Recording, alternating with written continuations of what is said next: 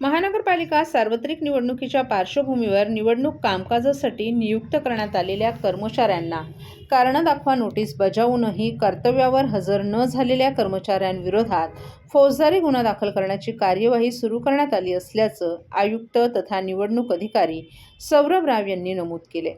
निवडणूक ही अत्यावश्यक आणि संवैधानिक प्रक्रिया असून त्यामध्ये नियुक्त करण्यात आलेल्या अधिकारी आणि कर्मचाऱ्यांनी आपली जबाबदारी पार पाडणं बंधनकारक आहे।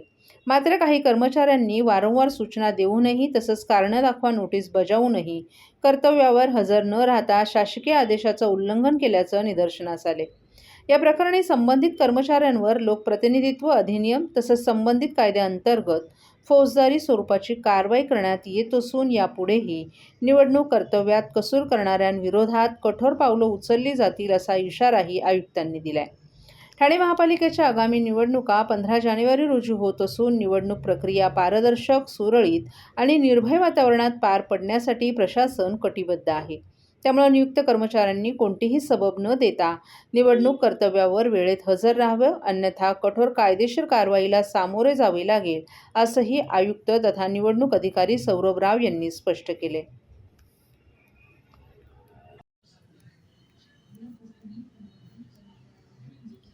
येत्या 12 जानेवारी रोजी उद्धव ठाकरे आणि राज ठाकरे या दोघांचीही शेवटची सभा गडकरी रंगायत येथील चौकामध्ये होणार आहे। या सभेला अतिशय मोठ्या प्रमाणात मराठी बंधू भगिनी येतील अशी आम्हाला खात्री असल्याचं मनसेचे ठाणे पालघर जिल्हाध्यक्ष अविनाश जाधव यांनी सांगितलं। काल झालेल्या रोड शोमध्ये राज ठाकरे यांनी जवळपास 28 ते 30 शाखांना भेटी दिल्या।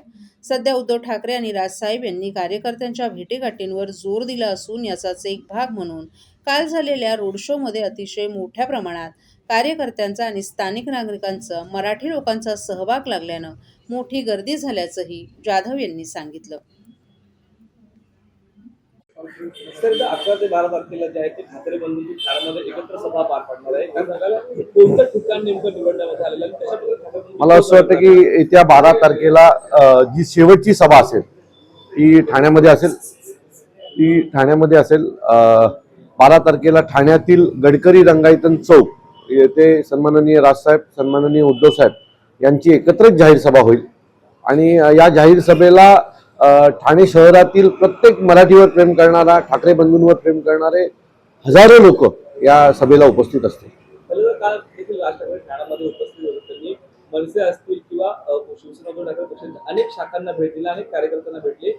आनंद दिघेंच्या पुतळ्याला देखील त्यांनी अभिवादन केलेलं एकंदरीत। नाही, आनंद दिघे साहेब तर सन्माननीय राजसाहेबांचे मित्रच होते आणि या वेळेला सभेंवर भंग देण्यापेक्षा कार्यकर्त्यांना भेटण्यावर सन्माननीय राजसाहेब ठाकरे असतील, उद्धवसाहेब ठाकरे असतील यांनी भर दिला होता आणि त्याचाच काल एक भाग होता की सन्माननीय राजसाहेबांनी काल जवळजवळ 26 शाखांना ठाण्यातल्या भेट दिली आणि कार्यकर्त्यांचा उत्साह अतिशय जोशात होते कार्यकर्ते आणि लोकही सन्माननीय राजसाहेबांना जाताना हात दाखवत होते, त्यांना बघून अभिवादन करत होते। सो या सगळ्या गोष्टी ज्या होत्या त्या निवडणुकीला सन्माननीय साहेबांच्या या सगळ्या दौऱ्याचा उपयोग 100% होईल। आम्हाला सर्व नागरिकांना आवाहन करण्यात येत आहे की सध्या डासांमार्फत पसरणाऱ्या डेंग्यू या आजाराचा प्रसार रोखण्यासाठी प्रत्येकाने पुढील प्रमाणे कार्यवाही करावी। डेंग्यू आजार एडिस इजिप्ती हा डास चावल्याने होतो। या डासांची पैदास साचलेल्या किंवा साचवलेल्या स्वच्छ पाण्यामध्ये होते। 8 दिवसांपेक्षा जास्त दिवस पाणी उघडे व साचून राहिल्यास त्यात डास अंडी घालतात। अंड्यांच्या अळ्या तयार होऊन पुढे डास तयार होतात। यासाठी आपल्या घरातील पाणी साठे उदाहरणार्थ बॅरल्स, पिंपे, टाक्या, हौद, रांजणे इत्यादी दर आठवड्याला रिकामे करून घासून पुसून कोरडे करून पुन्हा भरावे। 1 दिवस कोरडा दिवस म्हणून पाळावा। पाणी साठ्यांना घट्ट झाकणे बसवावीत किंवा जुनी साडी, चादर, धोतर यांनी बांधून झाकून ठेवावीत, म्हणजे डास त्यात जाऊन अंडी घालणार नाहीत। घराच्या गच्चीवर, आजूबाजूला, अंगणात कोठेही पाणी साचू देऊ नये। भंगार सामान उघड्यावर टाकू नये, उदाहरणार्थ टायर्स, प्लास्टिक सामान, कुंड्या, टाकाऊ वस्तू इत्यादी। अशा सामानात पावसाचे पाणी साठून त्यात डेंग्यूच्या डासांची पैदास होते। घरातील कूलर्स, फ्रीजच्या पाठीमागील ट्रे हे देखील वेळोवेळी कोरडे करावेत. लक्षात ठेवा, नुसत्या फवारणीने डास घनता कमी होत नाही, तर त्यासाठी डास पैदास ठिकाणे नष्ट करणे ही आपल्या सर्वांची जबाबदारी आहे. कोणताही ताप अंगावर न काढता जवळच्या शासकीय रुग्णालयात मोफत औषधोपचार घ्या. अशा प्रकारे नागरिकांनी सहकार्य केल्यास डेंग्यूचा प्रसार रोखणे सहज शक्य आहे.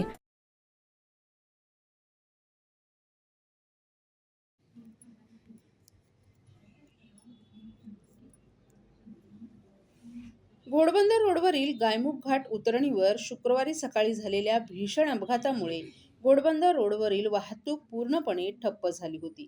सिमेंटच्या गोण्या वाहून नेणारा टाटा कंपनीचा कंटेनर ठाण्याकडे येत असताना चालकाचं वाहनावरील नियंत्रण सुटल्यानं विरुद्ध दिशेनं बोरिवलीकडे जाणाऱ्या तब्बल 11 वाहनांना जोरदार धडक देत हा अपघात झाला. या दुर्घटनेनंतर कंटेनर चालक घटनास्थळावरून फरार झाला असून या घटनेत 4 जण जखमी झालेत. जखमींमध्ये रिक्षाचालक शिवकुमार यादव यांना डोक्याला गंभीर दुखापत झाली आहे, तर प्रवासी तस्किन शेख आणि अनिता पेरवाल यांना किरकोळ दुखापती झाल्यात. कार चालक रामबली बाबूलाल यांना कमरेला गंभीर दुखापत झाली असून सर्व जखमींना ओवळा येथील टायटन रुग्णालयात दाखल करण्यात आले, तर इतर काही प्रवाशांनाही किरकोळ दुखापतीनंतर खासगी रुग्णालयात उपचार घेतल्याची माहिती कासरगोडोली पोलिसांनी दिली आहे. मिळालेल्या माहितीनुसार सकाळी 7:30च्या सुमारास हा अपघात झाला. यावेळी कंटेनरमध्ये 35 ते 40 टन सिमेंटच्या गोण्या होत्या आणि उतरणीवर नियंत्रण गेल्यानंतर त्यानं समोरून येणाऱ्या गाड्यांना जोरदार धडक दिली. या अपघातात Honda City, WagonR, Ertiga, Mahindra, Innova, Dzire, Brezza, Ford car तसंच ऑटो रिक्षा अशा 11 वाहनांचं मोठं नुकसान झालं असून अनेक वाहनांच्या पुढील आणि मागील भागाचा चुराडा झालाय. अपघातग्रस्त वाहनांमधून रस्त्यावर मोठ्या प्रमाणात ऑइल सांडल्यानं परिस्थिती अधिकच गंभीर झाली होती. घटनास्थळी कासरगोडोली पोलीस, शहर वाहतूक पोलीस, आपत्ती व्यवस्थापन कक्षाचे कर्मचारी आणि अग्निशमन दलाचे जवान तातडीनं दाखल झाले. अग्निशमन दल आणि आपत्ती व्यवस्थापन पथकांनी रस्त्यावर सांडलेल्या ऑइलवर माती पसरवून पुढील अपघाताचा धोका कमी केला. या अपघातामुळे ठाणे घोडबंदर रोडवरील दोन्ही दिशेच्या वाहतुकीस जवळपास 2 तास मोठी कोंडी निर्माण झाली होती, तर वाहनांच्या लांबच लांब रांगा लागल्यानं नागरिकांना मोठ्या अडचणींना सामोरं जावं लागलं. अपघातग्रस्त सर्व वाहनं रस्त्याच्या कडेला हटवल्यानंतर वाहतूक पुन्हा पूर्ववत करण्यात आली. दरम्यान कंटेनर चालकाचा शोध घेण्याचं काम कासरगोडोली पोलिसांनी केलं असून अपघाताचं नेमकं कारण काय याबाबत तपास सुरू केलाय. तरीके से ये एक्सीडेंट हुआ, अब तक कितने लोग इसमें इंजर्ड और कहाँ पे उनका उपचार चल रहा है?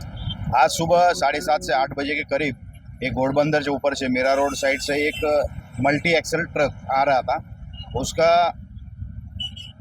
उसमें लोड बढ़ा हुआ था और जो थाना की तरफ से घोड़बंदर में जाने वाले जो ट्रैक है उस ट्रैक से अपोजिट साइड में रॉन्ग साइड में ये जो कार वाले हैं ऊपर जा रहे थे, तो ट्रक को कंट्रोल नहीं हुआ। जो रॉन्ग साइड में आ रहे थे 10 से 12 कार और 2-3 रिक्शा है, उसमें वो ठोकर लगा के एक्सीडेंट हो गया है। उसमें कार का काफ़ी नुकसान हो गया है क्योंकि ट्रक मल्टी एक्सल था और लोडेड था। इसमें 4 लोग इंजर्ड हुए हैं। ओवड़ा में जो टाइटन मेडिसिटी हॉस्पिटल है वहाँ पे उनके ऊपर उपचार चालू है। उसमें से एक जो ऑटो वाला है उसको थोड़ा ब्रेन में इंजरी हुआ है, बाकी एक नॉर्मल इंजरी है, किसी को चिंताजनक कोई नहीं है और सभी के रिलेटिव्स को हमने इन्फॉर्म किया है। दूसरी बात कि यहाँ का ट्रैफिक भी अभी नॉर्मल हो गया है। आपके माध्यम से मैं सभी नागरिकों को एक आह्वान करना चाहता हूँ कि भले ट्रैफिक को थोड़ा टाइम लगेगा बट रॉन्ग साइड का यूज़ मत कीजिए। आज ये केवल रॉन्ग साइड में थे इसलिए अपघात हुआ है। ठाणे महापालिकेच्या प्रभाग क्रमांक 3 मधील शिवसेनेच्या उमेदवार मीनाक्षी शिंदे यांच्या मार्फत केलेली ऑडिओ क्लिप व्हायरल करण्यात आली आहे. आवाज मॉर्फ तसंच AI तंत्रज्ञानाचा वापर करून जातीमध्ये तेढ निर्माण केला जात आहे. घाणेरडं राजकारण करून निवडणुका जिंकण्याचा प्रयत्न सुरू असून विरोधकांच्या पायाखालची वाळू सरकल्यानं बदनामी करण्याचा घाट घातला जात असल्याचा आरोप माजी महापौर तसंच शिवसेनेच्या अधिकृत उमेदवार मीनाक्षी शिंदे यांनी केला. व्हायरल झालेल्या ऑडिओ क्लिपमध्ये आपला आवाज नाही, परंतु कोणीतरी ती क्लिप आपल्यालाही पाठवली आहे. आपला आणि त्या व्हिडिओ क्लिपचा काहीही संबंध नाही असं स्पष्टीकरण मीनाक्षी शिंदे यांनी दिले. तसंच या प्रकरणी चितळसर मानपडा पोलीस ठाण्यात तक्रार देखील दाखल करण्यात आली आहे.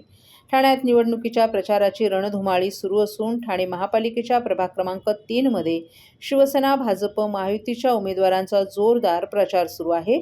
याचा धसका घेत या प्रभागातील विरोधकांनी मीनाक्षी शिंदे यांना टार्गेट केले. AI तंत्रज्ञानाचा वापर करून अनेक व्हिडिओ तसंच ऑडिओ क्लिप व्हायरल करण्यास सुरुवात केली आहे. तसंच सोशल मीडियावर फेक अकाउंट तयार करून जाणून बुजून बदनामी करण्याचा प्रयत्न केला जात आहे.